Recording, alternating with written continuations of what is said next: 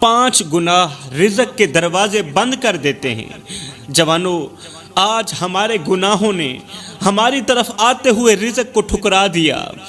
کس نے ٹھکرایا؟ ہمارے گناہوں نے ٹھکرایا۔ ہم وہ بد نصیب لوگ بن گئے جو خود اپنے ہاتھوں سے ہی اپنی تقدیر کے دروازے بند کر چکے ہیں۔ جب نافرمانی حد سے بڑھ جائے تو آسمان سے برکتیں نہیں لعنتیں برستی ہیں۔ جب گناہ حد سے زیادہ بڑھ جائیں تو پھر اللہ تعالیٰ کی رحمت نہیں برستی، پھر اللہ تعالیٰ کی طرف سے لعنت برستی ہے، اور زمین اپنے خزانوں کے منہ ہمیشہ کے لیے بند کر دیتی ہے۔ کچھ لوگ کہتے ہیں کہ رزق صرف دولت کا نام ہے، رزق جو ہے نا صرف مال کا نام ہے، پیسوں کا نام ہے۔ نہیں میرے بھائی، رزق صرف دولت یا روٹی کا نام نہیں، بلکہ سکون، عزت، صحت، پیار، محبت، راحت سب رزق کے ہی روپ ہیں۔ یہ جو عزت ہے نا، یہ بھی رزق کا روپ ہے۔ یہ جو پیار محبت ہے، یہ جو سکون ہے، قلبی سکون ہے، یہ سب رزق کے روپ ہیں۔ اور جب بندے کا دل سیاہ ہو جائے، جب بندے کا دل کالا ہو جائے نا، تو اللہ تعالیٰ یہ رزق چھین لیتا ہے۔ جب دل کالا ہو جائے پھر سکون بھی چھین لیا جاتا ہے، پھر روٹی چھن جاتی ہے، پھر کپڑا چھن جاتا ہے، یہاں تک کہ عزت بھی اللہ تعالیٰ چھین لیتا ہے۔ پھر اللہ تعالیٰ سکون، قرار، دولت، روٹی، کپڑا سب نعمتیں چھین لیتا ہے، کیونکہ جو خدا دینے کی طاقت رکھتا ہے وہ خدا واپس لینے کی طاقت بھی رکھتا ہے۔ لوگ سمجھتے ہیں کہ شاید ہم محنت کر رہے ہیں، دن رات ایک کر کے جد و جہد کر رہے ہیں، محنت کر رہے ہیں، لیکن حقیقت یہ ہے کہ ہمارے اعمال کا زہر اتنا پھیل چکا ہے کہ رزق ہم سے دور بھاگنے لگا ہے۔ ہم پریشان رہتے ہیں کہ صبح و شام دن رات محنت کرتے ہیں، مگر پھر بھی پوری نہیں پڑتی، پھر بھی روٹی مشکل بن گئی ہے۔ حضرت سیدنا علی المرتضیٰ شیر خدا کرم اللہ وجہہ الکریم فرماتے ہیں، اے انسان، جب تیرے سجدے دکھاوے کے بن جائیں، تیری زبان فحش ہو جائے، تیری آنکھیں گناہوں میں ڈوب جائیں، تو پھر دعا کے ہاتھ بھی خالی لوٹتے ہیں۔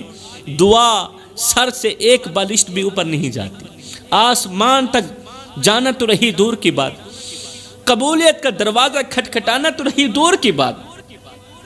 جب اندر میں آ جاتی ہے نا، جب سجدے دکھاوے کے بن جائیں نا، جب زبان فحش ہو جائے، تیری آنکھیں گناہوں میں ڈوب جائیں، تو پھر دعا کے ہاتھ بھی خالی لوٹتے ہیں، قبول نہیں ہوتے۔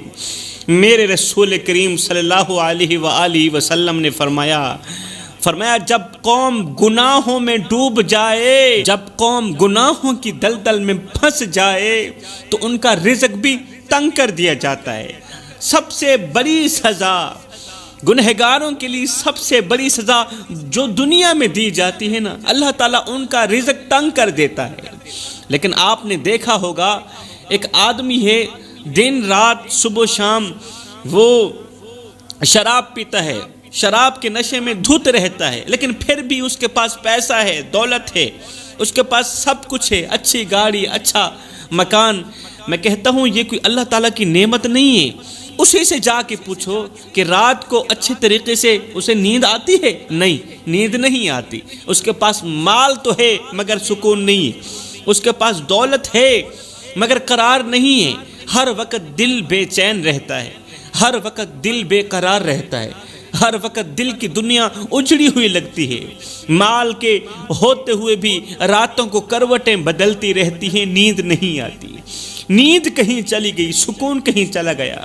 اس لیے تو میرے رسول کریم نے فرمایا، جب قوم گناہوں میں ڈوب جائے، اللہ تعالیٰ ایک تو اس کا رزق بند کر دیتا ہے، قوم کا رزق بند کر دیتا ہے، سکون سے دور کر دیتا ہے۔ میرے بھائیوں، خدارا جوانوں، یہ وقت ہے خود کو بدلنے کا، توبہ کے آنسو بہانے کا، یہ وقت ہے خود کو بدلنے کا، توبہ کرنے کا، توبہ کر کے اللہ کا محبوب بننے کا، ورنہ یاد رکھنا رزق تو دور، شاید زندگی بھی تم سے منہ موڑ جائے۔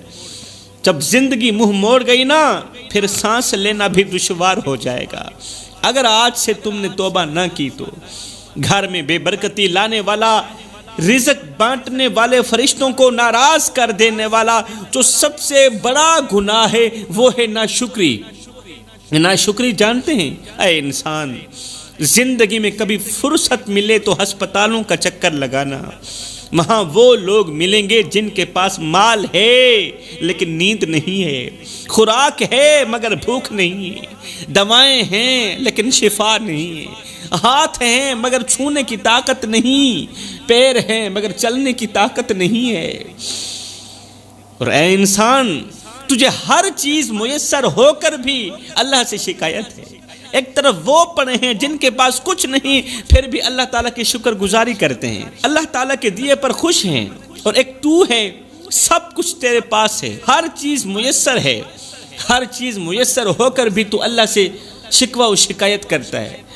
تجھے 2 وقت کی روٹی بھی نصیب ہو، آنکھیں سلامت ہوں تیری، جسم تندرست ہو تیرا، اولاد تیرے سامنے ہو، فرما بردار ہو، مگر تو پھر بھی شکوے کرے، یہی وہ ناشکری ہے جو تیرا رزق روک دیتی ہے۔ رب کی نعمتوں کا انکار صرف زبان سے نہیں ہوتا جوانو، اللہ تعالیٰ کی نعمتوں کا انکار صرف زبان سے نہیں ہوتا۔ جب تو دوسروں کی چیزوں کو حسرت سے دیکھتا ہے، دوسروں کے مال کو حسرت سے دیکھتا ہے اور ساتھ میں حسد بھی کرتا ہے اور اپنی نعمتوں کو حقیر جانتا ہے، یہ ہے ناشکری۔ صرف زبان سے ناشکری نہیں کی جاتی، دل سے بھی کی جاتی ہے۔ اور جب ایسی نوبت آتی ہے نا، جب تو دوسروں کی چیزوں کو حسرت سے دیکھتا ہے، ساتھ میں حسد بھی کرتا ہے، پھر تو کیا، تیرے گھر کی دیواریں بھی گواہی دیتی ہیں کہ تو ناشکرا ہے۔ اس لیے تو حسد کرتا ہے کہ اللہ اسے دیا، مجھے کیوں نہ دیا۔ کیا تو جانتا ہے کہ ہر صبح تیرے دروازے پر رزق بانٹنے والا فرشتہ آتا ہے؟ ہر صبح ہر ایک انسان کے دروازے پر اور تیرے دروازے پر رزق بانٹنے والا فرشتہ آتا ہے، اور جب وہ تیرے رویے، تیری ناشکری، تیری حسد اور تیری ناشکر اداؤں کو دیکھتا ہے تو واپس پلٹ جاتا ہے اور تجھے رزق کے حلال سے محروم کر دیتا ہے۔ تجھے رزق تو دیتا ہے، اس رزق کے اندر پریشانیاں بھی ڈال دیتا ہے، اس رزق کے اندر بے سکونی بھی ڈال دیتا ہے، تکلیفیں ڈال دیتا ہے۔ میرے رسول کریم صلی اللہ علیہ وآلہ وسلم نے فرمایا، جو شخص لوگوں کا شکر ادا نہیں کرتا وہ اللہ کا بھی شکر ادا نہیں کر سکتا۔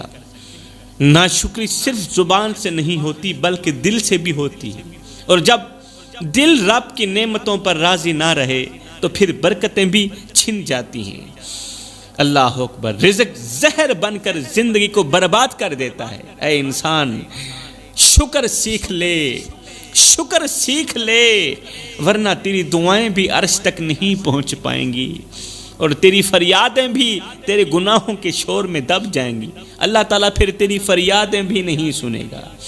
فرمایا، گھر میں غربت لانے والا، بے برکتی لانے والا، پریشانیاں لانے والا دوسرا گناہ لوگوں کے دلوں پر وار کرنا۔ جوانو، ہار جانا اسی میں تمہاری جیت ہے، مگر کبھی بھی کسی کے دل پر وار نہ کرنا۔ یہ وہ گناہ ہے جو نہ وضو سے دھلتا ہے اور نہ ہی نماز سے دھلتا ہے۔ یہ وہ گناہ ہے جو کعبے کے چکر لگانے سے بھی معاف نہیں ہوتا، کیونکہ یہ حقوق العباد کا مسئلہ ہے۔ اے انسان، تو لوگوں کے دل توڑ کر یہ سمجھ بیٹھا ہے کہ تو جیت گیا ہے، تو لوگوں کے دلوں پر وار کر کے یہ سمجھ بیٹھا ہے کہ تو جیت گیا ہے۔ ارے نہیں، جیت اسے نہیں کہتے جو دوسروں کو رلا دے، ارے جیت تو اس کی ہوتی ہے جو خود کے درد چھپا کر دوسروں کے زخم مٹا دے۔ جیت تو اس کی ہوتی ہے۔ اللہ تعالیٰ قیامت کے دن ہر ایک گنہگار کو معاف کر دے گا، مگر جس نے کسی کا دل دکھایا ہوگا، کسی کی عزت والی پگڑی خاک میں ملائی ہوگی، کسی کو لوگوں کے سامنے ذلیل و خوار کیا ہوگا، جس نے کسی غریب کی بیٹی کی عزت کی دھجیاں اڑا دی ہوں گی، اس غریب کی بیٹی کو زمانے میں منہ دکھانے کے قابل نہیں رکھا ہوگا، یا جس نے اپنے ماں باپ کو دکھ دیا ہوگا، ماں باپ کا جینا حرام کیا ہوگا، ایسے شخص کے لیے معافی کا دروازہ بند رہے گا۔ قیامت کے دن ایسے شخص کے لیے معافی کا دروازہ بند رہے گا جب تک وہ شخص خود معاف نہ کرے جس کا تم نے دل دکھایا تھا، جس کی عزت والی پگڑی خاک میں ملائی تھی، جس کو تم نے کچھ بھی نہیں سمجھا تھا، آج جب تک وہ معاف نہیں کرے گا تب تک میرا اللہ بھی تمہیں معاف نہیں کرے گا۔ یہ وہ گناہ ہے جس میں نہ سجدے کام آتے ہیں، نہ آنسو کام آتے ہیں، نہ آنسو، نہ صدقے، نہ حج، نہ توبہ، کیونکہ یہ معاملہ رب کے ساتھ نہیں بندے کے ساتھ ہے۔ تو نے اگر کسی کی عزت اچھالی ہے تو یاد رکھ اس کی شرمندگی تیری بخشش کے راستے کو بند کر سکتی ہے۔ اے انسان، اگر تو واقعی آخرت کا طلبگار ہے تو اپنے کردار کو آئینے کے سامنے لا، سوچ کہ کس کس کا تو نے دل دکھایا، کون کون تیرے الفاظ کی آگ میں جلتا رہا۔ جلدی جا کر اس سے معافی مانگ لے، کہیں ایسا نہ ہو کہ تیرے اعمال کا پلڑا تو بھاری ہو لیکن صرف ایک دل کی آہ تجھے جہنم میں لے جائے۔ تو فرمایا سب کچھ کرنا، کسی کا دل مت دکھانا، کیونکہ یہ حقوق العباد کا مسئلہ ہے۔ کسی کو دکھ دے کر، کسی کو درد دے کر، کسی کو غم دے کر تجھے کیا لگتا ہے کہ تو ساری زندگی ایسے ہی مسکراتا رہے گا؟ نہ بندے نہ، بس وقت کی الٹنے کی دیر ہے، تیری باری بھی دور نہیں ہے، اس لیے کہ زندگی کے کسی نہ کسی موڑ پہ اپنا کی آخر بھگتنا ہی پڑتا ہے۔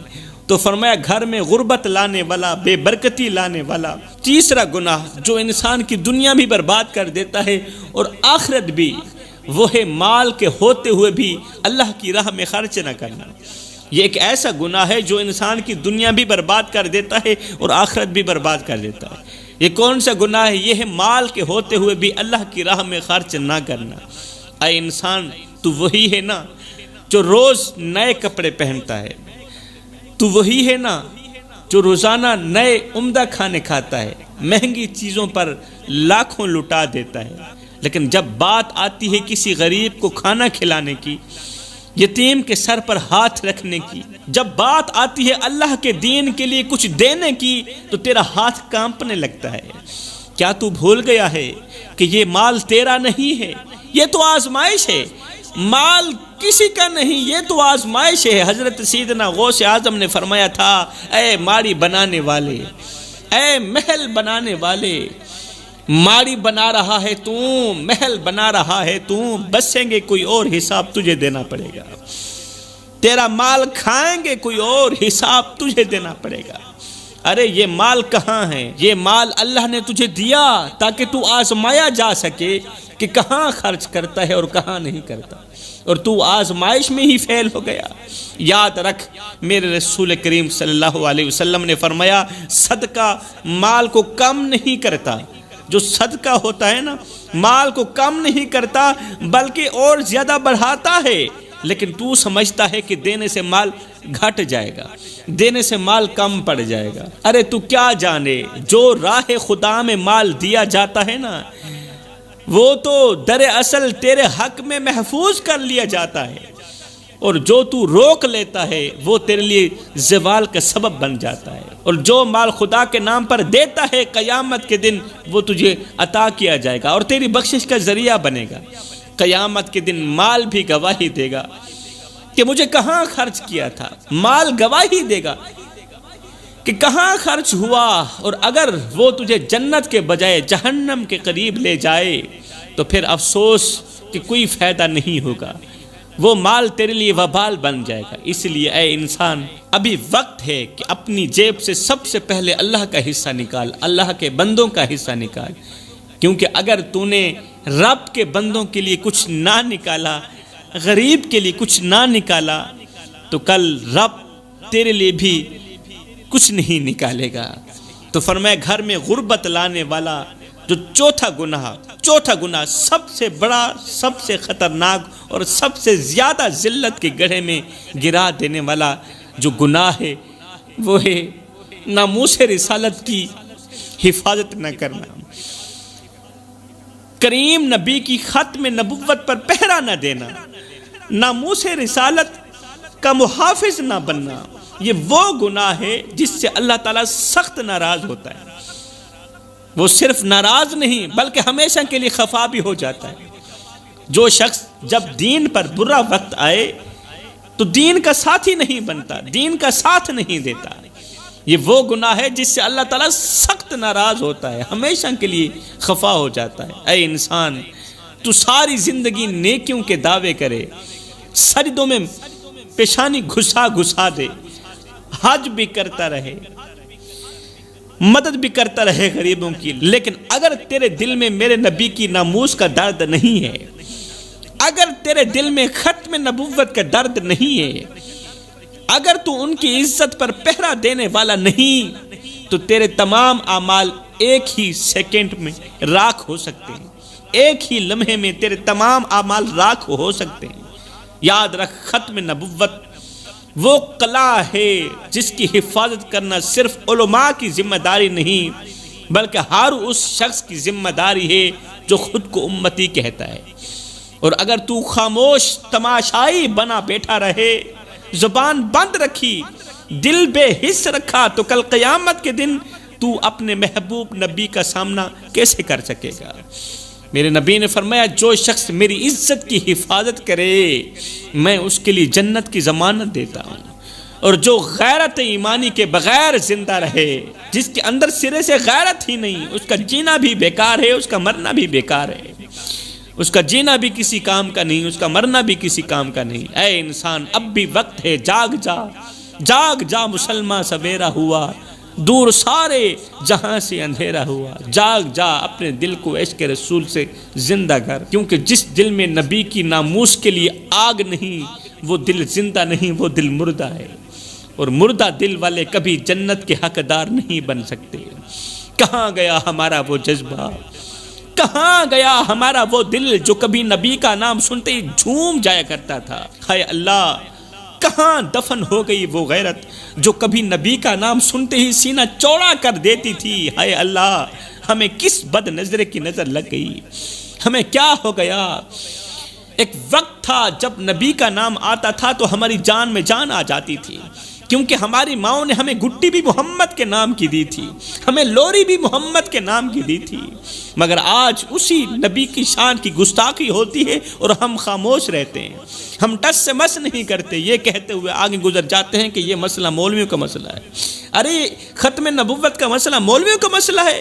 اگر مسئلہ صرف مولویوں کا ہے، تجھے کوئی مسئلہ نہیں، تو پھر دین مولویوں کا ہے، ایمان بھی مولویوں کا ہے، تو میرے خیال میں ایمان سے خالی ہے۔ اگر تیرے اندر ایمان کا ایک قطرہ بھی ہوتا تو پھر تو سینہ تان کر کہتا کہ ختم نبوت کا مسئلہ کسی اور کا مسئلہ نہیں، یہ میرا مسئلہ ہے اور میں نے ہی اس کی جنگ لڑنی ہے۔ یہ سب کچھ کیوں ہو رہا ہے؟ اس لیے کہ آج ہمارے دل مردہ ہو چکے ہیں، ہماری غیرت بے غیرتی کے قبرستان میں دفن ہو چکی ہے، ہماری زبانیں صرف اپنے حق کے لیے بولتی ہیں، نبی کے حق کے لیے نہیں بولتی۔